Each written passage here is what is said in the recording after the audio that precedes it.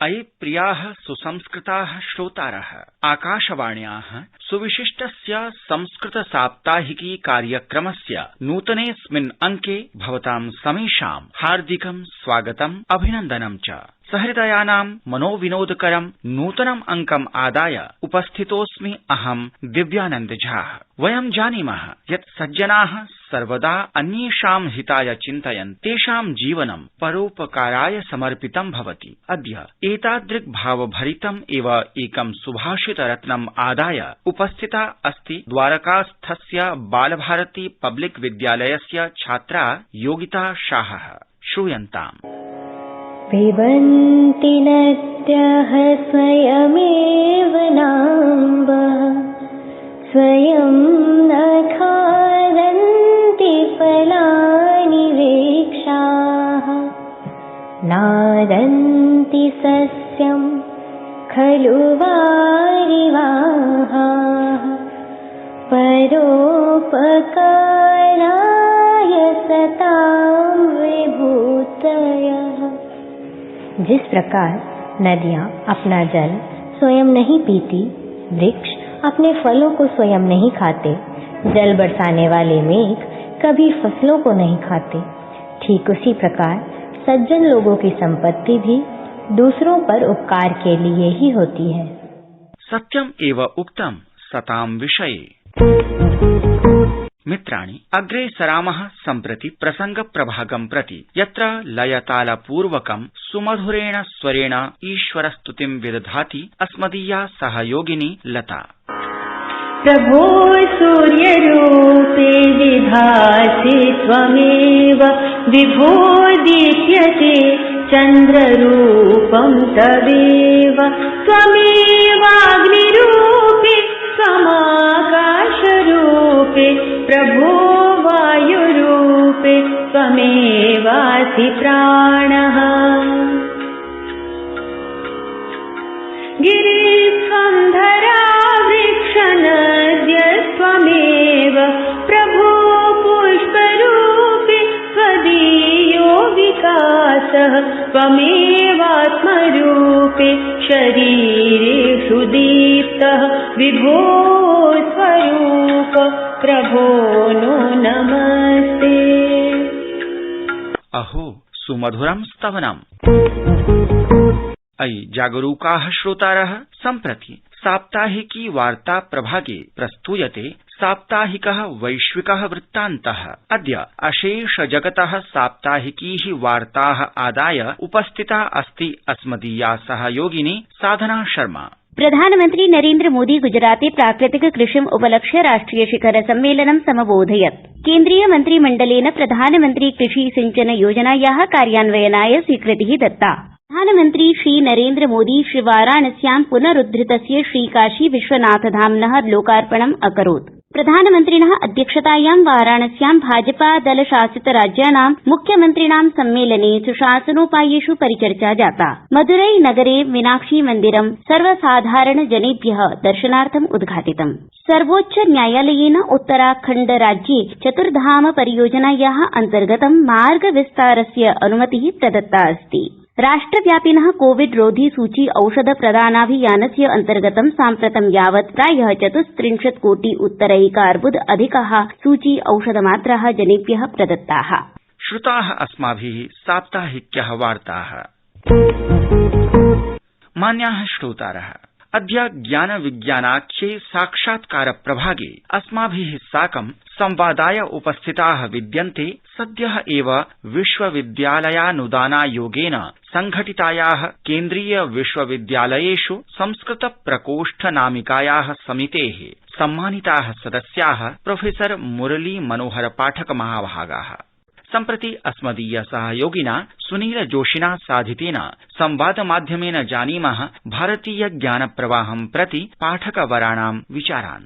वैदिक वाङ्मयस्य अनुशीलनकर्ता, साहित्यशास्त्रस्य च व्याख्यानकर्ता, विद्वत् समाजे संस्कृत संस्कृति संवर्धनकर्ता, जनमानसे च शास्त्र संरक्षणस्य चेतना प्रसारणकर्ता श्रीलाल बहादुर शास्त्री राष्ट्रिय संस्कृत विश्वविद्यालयस्य कुलपतिः प्रोफेसर मुरली मनोहर पाठक वर्यः अस्ति अद्य आकाशवाण्यां समागतः संस्कृत साप्ताहिकी कार्यक्रमस्य मुख्यातिथिः। स्वागतं विधीयते मंगलवचोभिः कुलपतिवर्य। कार्यक्रमेऽस्मिन् आकाशवाणी पक्षतः प्रियश्रोतृजन पक्षतश्च भवते धन्यवादाः सादरं मया प्रदीयन्ते समेषां कृते भवताम्। मान्य कुलपतिवर्य, भवता केन्द्रीय विश्वविद्यालयस्य श्रीलाल बहादुर शास्त्री राष्ट्रिय संस्कृत विश्वविद्यालयस्य कुलपतिपदम् अलङ्कृतम् कतिपय सप्ताहपूर्वम्। संस्कृत समाजः शिक्षा समाजश्च ज्ञातुम् इच्छति यत् भवता कैः मुख्यैः प्रयासैः कार्यैश्च संस्कृतस्य उच्चशिक्षण दिशि कीर्तिमत्ता रचिष्यते। स्वकीयाः विचाराः अस्माभिः सह कृपया विनिमयीकरोतु इति सर्वादौ। अत्यन्तं समीचीनः प्रश्नो वर्तते भवताम्। जानन्त्येव भवन्तः यत् अस्माकं विश्वविद्यालयः संस्कृत विश्वविद्यालयः अस्य स्थापना संस्कृतशास्त्राणां रक्षणार्थं कृता। किन्तु प्रश्नः समुदेति संस्कृत शास्त्राणां रक्षा कथं भवेत्, कस्मात् कारणात् भवेत्, शास्त्राणां रक्षणे सति तेषां के उपयोगाः भवितुमर्हन्ति इत्यादयः विचाराः समेषां सम्मुखं समायान्ति। मन्येऽहं कस्यापि शिक्षणसंस्थानस्य उच्चशिक्षायाः वा तत्र पक्षद्वयं भवति। प्रथमः पक्षः उत्तम उत्कृष्ट शिक्षणस्य भवति, निश्चयेन। द्वितीयस्य पक्षो भवति उत्कृष्ट शोधस्य। वयम् उच्चशिक्षाविधौ स्मः,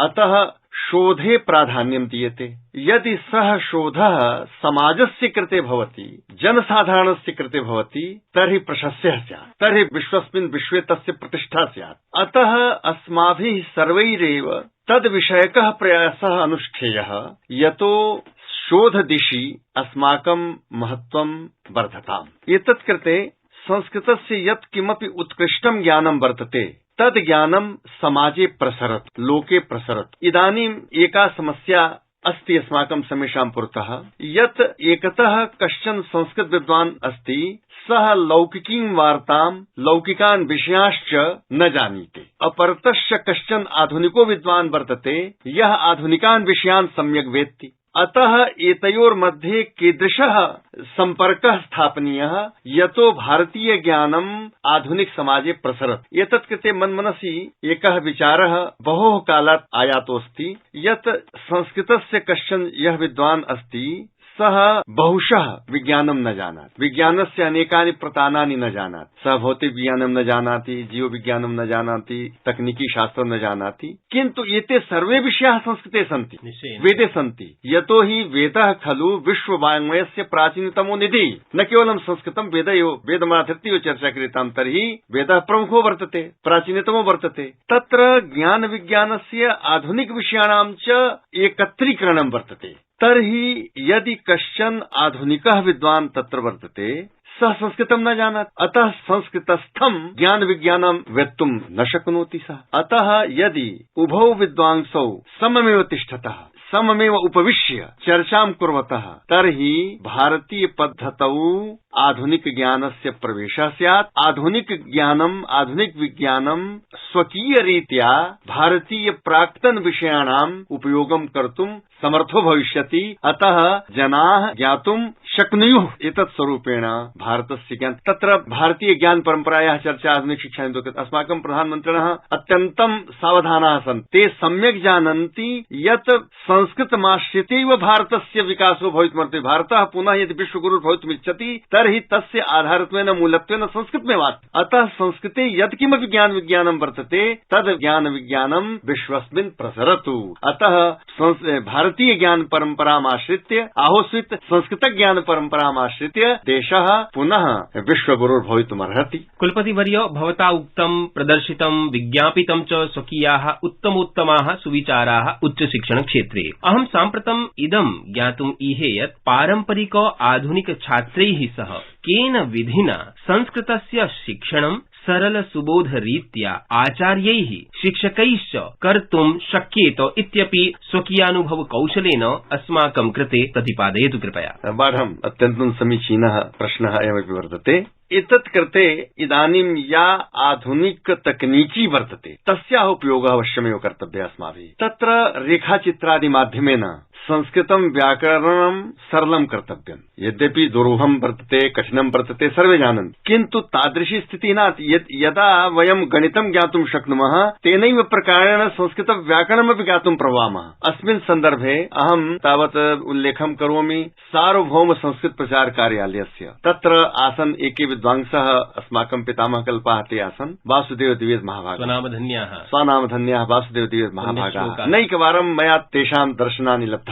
ते संस्कृतम् अत्यन्तं सरलं संस्कृतं प्रयुञ्जन्ति स्म। तेषां पद्धतिः अद्यापि जीवति। तां पद्धतिमाश्रित्य अथ च इदानीं भारते वर्षे एका विदुषी वर्तते, पुष्पा दीक्षित महाभागा, सा बिलासपुरे अस्ति। तया पाणिनीय व्याकरणस्य कश्चन नूतन प्रकल्पः स्थापितः, सहज पाणिनीय बोध इत्यादि रूपेण। तादृशं कठिनं व्याकरणं न प्रतिभाति यादृशं पूर्वैः आसीत्। अतः तस्याः पद्धत्याः अपि उपयोगः अस्माभिः करणीयः एव। एवमेव संस्कृत भारती इदानीं बहु करोति। एतत् सन्दर्भे संस्कृत भारत्याः पद्धतिः अपि यदि व्यवहारे स्थापिता भविष्यति तर्हि आधुनिकाः छात्राः, प्राचीनाश्च छात्राः सरल संस्कृत प्रयोगद्वारेण जनमानसं प्रति, साधारण जनं प्रति संस्कृतस्य प्रचारं कुर्युः, कर्तुं च शक्ष्यन्ति। अवश्यं मान्य कुलपतिवर्य, निश्चयेन भवता उदीरिता संस्कृत पाठनस्य, सरल संस्कृत शिक्षणस्य, प्रसारस्य च अनुकरणीया पद्धतिः। वस्तुतः अहं पुनः भवता ज्ञातुकामः अस्मि यत् संस्कृतस्य सुदृढ भविष्यस्य संकल्पनायै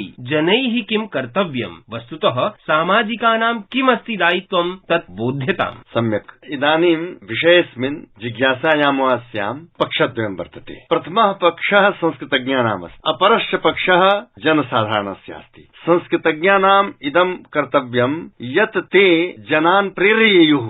संस्कृतं कथं तेषां जीवने आवश्यकं वर्तते, संस्कृताश्रयणेन, संस्कृत जीवनेन तेषां कः लाभः सिद्धः भविष्यति इति यदि जनाः जानीयुः तदा ते संस्कृतं प्रति मानं कुर्युः। अतः संस्कृतं न केवलम् आध्यात्मिक पक्षे एव समर्थं वर्तते, अपि तु संस्कृत माध्यमेन अस्माकं भौतिक पक्षः अपि पुष्टो भविष्यति। यतोहि तत्र आयुर्वेदः वर्तते, तत्र ज्योतिर्विद्या वर्तते, तत्र योगः वर्तते, तत्र वास्तुशास्त्रं वर्तते। एतानि सर्वाणि शास्त्राणि आजीविकायाः साधनरूपेण यदा प्रस्तोष्यन्ते संस्कृतज्ञैः तर्हि जनाः जानीयुः यत् संस्कृतेन अस्माकं किं भविष्यति। अतः जनाः न केवलं संस्कृतं वदन्ति, वक्ष्यन्ति वा, अपि तु ते संस्कृतं जीवनं धारयिष्यन्ति। तेषां समग्रमपि जीवनं संस्कृतं भविष्यति इति तेन माध्यमेन भारतस्य प्रतिष्ठा विश्वस्मिन् स्थापयिष्यति। मान्य कुलपतिवर्यो, वस्तुतः भवतः सुनृतवाण्या अस्माभिः प्राप्ता सत्प्रेरणा।